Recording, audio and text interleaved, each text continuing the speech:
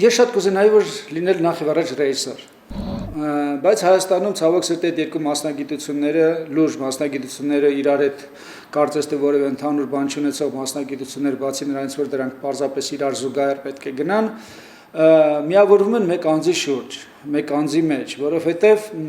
դու ես ստիպված լինում քո արտադրանքը հանել շուկա։ Կինո ռեժիսորան այսօր ցավոք սրտի լրիվ թողնված է ինքնուսության վրա, այսինքն իսկ ինքնուսությամբ երկար հեռու գնալ չես կարող, այսինքն պետք են մարդիկ դպրոց, որը քեզ բերում է ինչ-որ մի մակարդակի գոյություն ունեցող արդեն ընդհանուր շուկայական մակարդակին է բերում, որից հետո նոր սկսում է ռեժիսորը իր անձնական, այսինքն իր ինտելեկտով, իր կրեատիվով արդեն քայլ անել դեպի ավելի բարձրը։ Զարգացած երկրներում ոչ միտեղ կինոն չի ֆինանսավորվում պետության կողմից։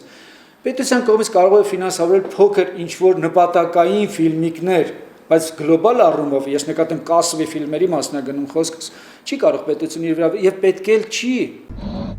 Մեծ կինոյի համար դա պետք է լինի դա մասնավոր, դա պետք է լինի լուրջ ներդրողներ, մարդիկ, որոնք փող են դնում եւ փող են աշխատում։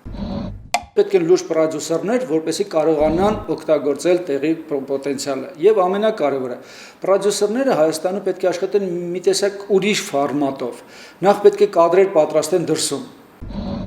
Պատմական հարուստ ճակատագիր եւ հարուստ անցյալ եւ